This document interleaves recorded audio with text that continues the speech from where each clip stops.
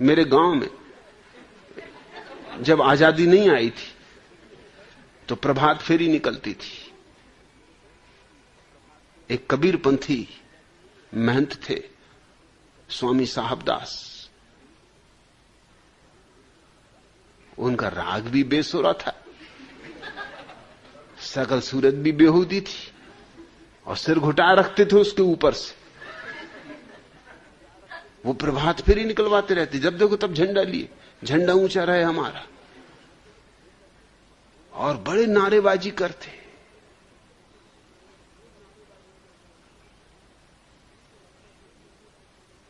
पुराने ऋषि मुनियों के हिसाब से उनने भी एक रखेल रख छोड़ी थी। अब उनको रखेल कोई ढंग की स्त्री तो मिल नहीं सकती थी, खुद भी आदमी ढंग के नहीं थे। एक तो कबीरपंथी महंत,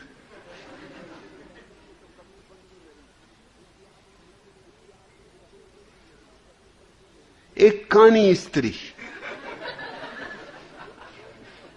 जिसको सिवाय कोई महंत के और पसंद हो भी करता भी नहीं।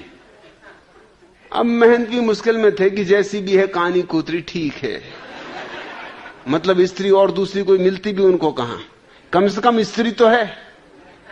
मगर वो कानी थी भी मुंहफट, उल्ट सीधे बोलने वाली।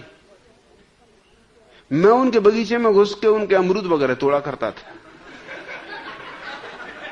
स्वयं उनके अमरूद के झाड़ों पर बैठा कभी कभी उनकी लीला देखता रहता था।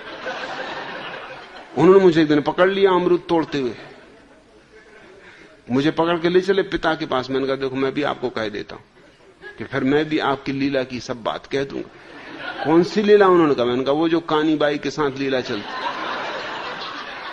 अरे उन्होंने कहा बेटा अमरूद तेरे हैं, तू कहां? अरे तू तो अपने घर का ही, तेरे पिता से हमारी दोस्ती है, चल चल। तू कहां जाता? मैंने कहा चलना नहीं पिताजी के पास। अरे छोड़ बात जाने दे, तुझे जब आना हो आ गए। और कोई ऐसे चोरी से दीवार चढ़ के और अमरूद पे चढ़ने की जरूरत नहीं, दरवाजे से आ गए, घर तेरा। मगर ये बात किसी से कहना मत। कानी बाई ने भी देखा, कह रहे साहबदास इस छोकरे से डरते, कानी बाई से मेरी दोस्ती भी हो गई। मैंने दिन कानी बाई से पूछा कि ये साहबदास को क्या झंडा लिए फिरते हैं सुबह रोज, झंडा ऊंचा रहे हमारा। अब उसने कहा तुमसे क्या छिपाना, डंडा ऊंचा होता नहीं, सिर्फ झंडा ऊंचा किए फिरते। अरे एक आध बच्चा तो पैदा करके बताएं।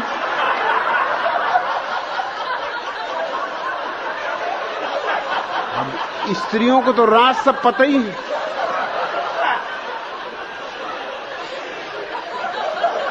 उस दिन से मुझे एक राज और पता चल गया। तब से तो उनके घर में जो भैंस थी उसकी खीर भी मुझे मिलने लगी। मैंने उनसे कहा कानी बाई ने मुझे बता दिया कि आप क्यों झंडा लिए फिरते। क्या क्या बताया उसने?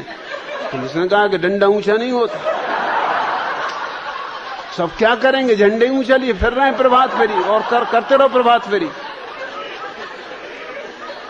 कहा बेटा किसी से कहना मत, तू तो अपने घर का है। अरे ये औरत बहुत दुष्ट है, कहां इस दुष्ट के चक्कर में पड़ गया।